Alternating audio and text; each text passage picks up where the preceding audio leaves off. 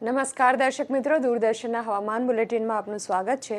ગુજરાતમાં મેઘરાજાનું જોર ઓછું થયું છે। સવારથી રાજ્યના 76 તાલુકામાં વરસાદ નોંધાયો છે, જેમાં સૌથી વધુ નવસારીના ગણદેવીમાં 4 ઇંચ તેમજ તાપીના વ્યારામાં 3 ઇંચ, નવસારીના ચીખલીમાં 2.5 ઇંચ અને નવસારી શહેરમાં 2 ઇંચ વરસાદ વરસ્યો હતો। સૌરાષ્ટ્રના ગીર સોમનાથના સૂત્રાપાડામાં 1 ઇંચ વરસાદ વરસ્યો હતો।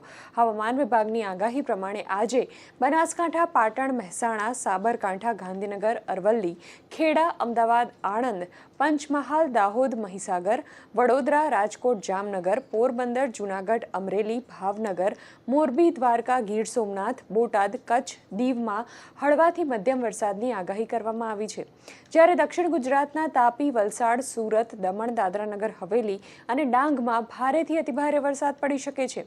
સાયક્લોનિક સર્ક્યુલેશન સક્રિય થતા આગામી દિવસોમાં પણ દક્ષિણ ગુજરાત અને સૌરાષ્ટ્રમાં ભારેથી અતિભારે વરસાદ થવાની આગાહી હવામાન વિભાગે વ્યક્ત કરી છે।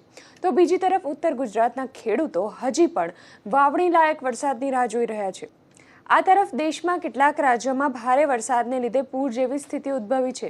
ઉત્તર ભારતમાં વરસાદથી પૂરના કારણે પરિસ્થિતિ વણસી છે અને 12 જિલ્લાના 633 ગામમાં વરસાદથી અસર થઈ છે, તેમજ 7,97,000 લોકો પણ પૂરથી પ્રભાવિત થયા છે।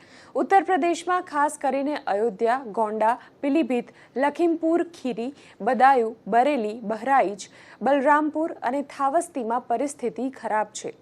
અસમમાં વરસાદથી રાહત છે, પરંતુ બ્રહ્મપુત્રા અને બુરહિંદીહિંગ નદી હજી પણ ભયજનક સપાટીથી ઉપર વહી રહી છે।